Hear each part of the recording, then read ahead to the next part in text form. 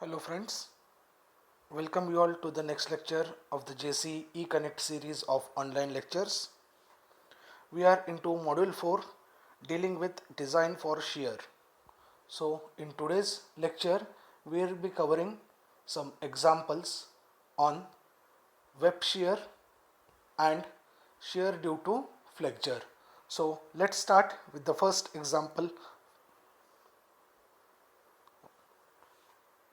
In this example, the given data is the cross section of a bridge girder is made up of a T section with the following details. The top flange width and thickness are 600 mm and 230 mm. So the T section has a top flange of 600 mm width and the thickness is 230 mm. And thickness of the web is 150 mm. The distance of the CG or the centroidal axis from top of the section is 545 mm. The cross sectional area is given as 328500 mm square, and second moment of area, that is moment of inertia, is given as 665 into 10 raised to 8 mm raised to 4. The girder is used over an effective span of 25 meters. The tendons with a cross section of 2300 mm square are parabolic with an eccentricity of 650 at the center of the span and 285 at the supports. The effective pre-stress in the tendons is 900 Newton per mm square after all the losses. If the tensile strength of concrete is 1.6 Newton per mm square, estimate the ultimate shear resistance of support section and maximum permissible uniformly distributed working load on the beam using an overall load factor of 2. Okay, so now the most important thing here is to get the given data, because generally the sums in this section will be a bit bigger with many given details. So calmly you should first note down the given data and then recognize what is asked and then follow the procedure. So here, as it is mentioned that we have to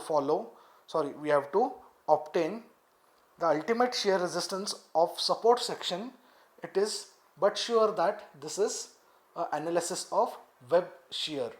Okay, this is an analysis of web shear which generally occurs at the support section, and here there is no effect of bending or flexure. So firstly, the figure is not given.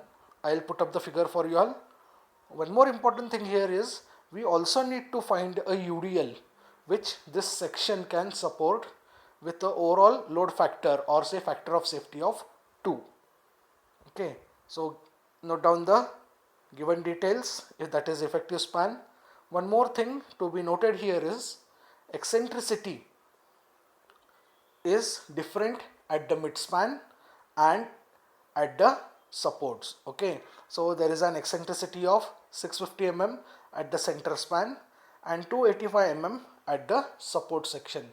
Hence effective eccentricity E will be 650 minus 285. That step further I have highlighted. Okay, so one more important thing here is the sections of the flange are clearly defined. That is, the top flange width is 600 and the depth is 230. But in case of web, only the web thickness is mentioned and centroidal axis distance from top is given. That means only the given data is for web shear analysis. Okay, because this type of shear mainly happens in the top portion above the CG. So once you check this figure, things will be better for you all. Okay, so I have clearly drawn here in the figure, the flange has a width of 600, a depth of 230, whereas the web is having a width of 150 mm. The distance of the CG or the centroidal axis from the top fiber is 545. That means in analysis we have to take the web portion of 150 mm width and 315 mm depth only.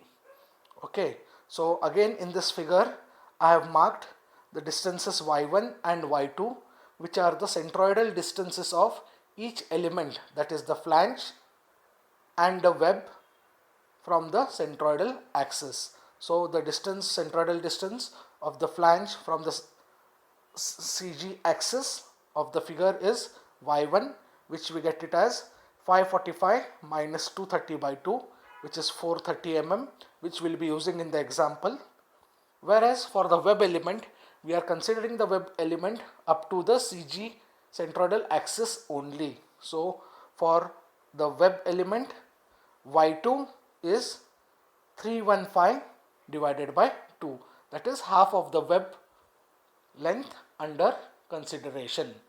So area of the first member is 600 by 230, whereas the area of the web which we are considering for analysis is only 150 by 315. So this is very important. You should be able to draw this figure, because this figure proves to be very helpful in solving the example. So next, the ultimate shear resistance of the support section failing due to web shear is given by the equation. Now this equation, I have mentioned it as 1C in my previous lecture. Hopefully I have made the notes which will help you all in solving this equation here.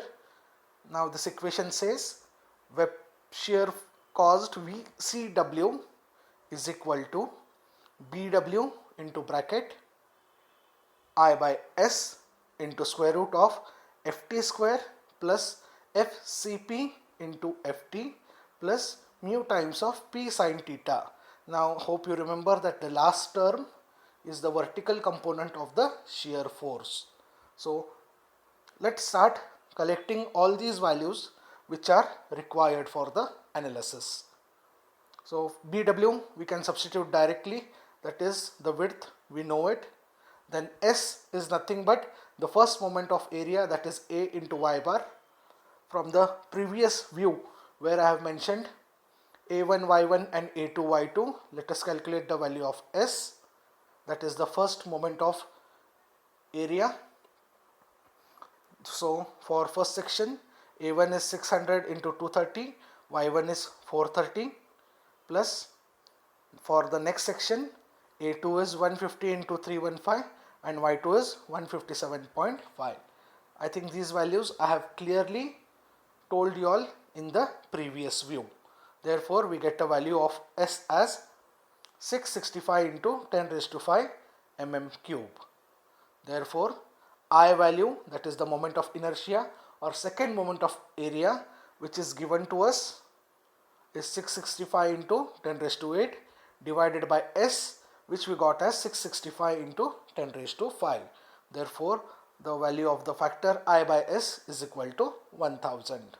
Next, FCP. So FCP has to be found using the relationship 2300 into 900 divided by 328500. FCP is nothing but the stress which we obtained by multiplying the area of the pre-stressing wires multiplied by the pre-stress induced, which is 900, upon the total area of the section, which gives out an answer of 6.3 Newton per mm square. So remember, FCP is the stress which we are finding, which is nothing but the total pre-stressing force upon area of the entire section. Okay, so note down, this is what total pre-stressing force into area of the entire section. Next, mu into P. So we can get it as mu is again the area, which is 2300 into pre-stressing force is 900. We get the answer as 207 into 10 raised to 4 Newton. So guys, in this step, one by one we have to go on obtaining the terms which are not given directly in the example. Which are given in the example, we can use those terms directly. Next, theta is equal to 4E by L, considering anchorage at one end. Okay, so now here, when we use the value of E, eccentricity is the difference between the deflection at the midspan, and the support, that is 650 minus 285. Therefore 4 into bracket 650 minus 285 divided by length is 25 meters, that 1000 is the conversion factor. So we get theta as 0.058. Therefore mu p into sine theta, substituting mu p as we have calculated earlier, multiplying it by sine theta, we get the answer of the vertical component of pre-stressing force as 122 into 10 raised to 3 Newton. So it is important that whenever there is a sagging, we have to take into account the vertical component of the pre-stressing force for calculating the web shear. So next step, the maximum shear force under working loads. To obtain this, we need the value of VCW. So substituting all the values which we have found out in the formula for VCW, we get this formula, equation 1c formula. Now we will be substituting all the values in this formula. BW is the thickness of the web, which is 150. Then next is I by S, which we have obtained as 1000. I am substituting that. Then next is the value of FT square, which is 1.6 given data, plus we will be substituting FCP into FT. FCP we have obtained into FT plus mu p into sine theta. So it is just clear substitution in this step. So we get the value of VCW as 665 kilonewton. Okay, so we get the value of 665 kilonewton. Therefore the maximum shear force under working loads will be 665 kilonewton divided by 2, which is the factor given. Okay, so we are dividing the maximum shear force under working loads VCW by 2, which is the factor given. We get the answer of 327.5 kilonewton. Okay, so now if Q is the uniformly distributed load over the span of 25 meters, what should be Q? WL by 2. Okay, so WL by 2 is equal to your reaction, that is the force, 327.5 kilonewton. Therefore substituting Q into 25 by 2 is equal to 327.5. we get the answer Q as 26.2 kilonewton meter. That means, okay, so if we put an UDL of 26.2 kilonewton per meter, we will be developing a reaction of 327.5 kilonewton, which is the permissible value as per the web shear calculation. So it is a reverse approach where a beam is existing and we want to find the maximum load it can carry. Okay, we want to find maximum load it can carry such that the VCW, that is the web shear criteria, is satisfied. Okay, means for any load beyond 26.2 and with a factor given as 2, okay, if the load crosses 26.2, cracks will start developing. Okay, so in this example what we have learned is, from taking the web shear criteria point of view, we have obtained the maximum load which the given beam element of 25 meter span and T section can carry. So if there is an existing member and you want to load it such that it should not undergo web shear failure, so how much load you can put on that beam? We can put a load of 26.2 kilonewton per meter in the form of UDL very much easily. Now the important thing to be understood in these type of problems is that, okay, from the given data you should be able to extract what is given. Formula should be accurately used. Once you use a proper formula, okay, each and everything which we require, we have to find the elements or the things which are given, we have to substitute with the units properly. Okay, and just it's a free flowing example. So actually the length of the problem sometimes is bigger than the solution in these cases. Okay, then identifying what type of problem it is, because as it is asked, find a shear near the support. Which cracks occur near the supports? If you remember the figure which I have showed in the previous lecture, yes, it is the web crack. So you have to identify that this is a problem based on web shear, and the given data also matches. Okay, because when we go for the flexural shear, there will be moment concept, MOM calculations will be involved. Okay, so this web shear calculation is quite easy as compared to your flexural shear calculations, because it's a single formula. You have to just go on finding one value and substitute, and you will get the answer.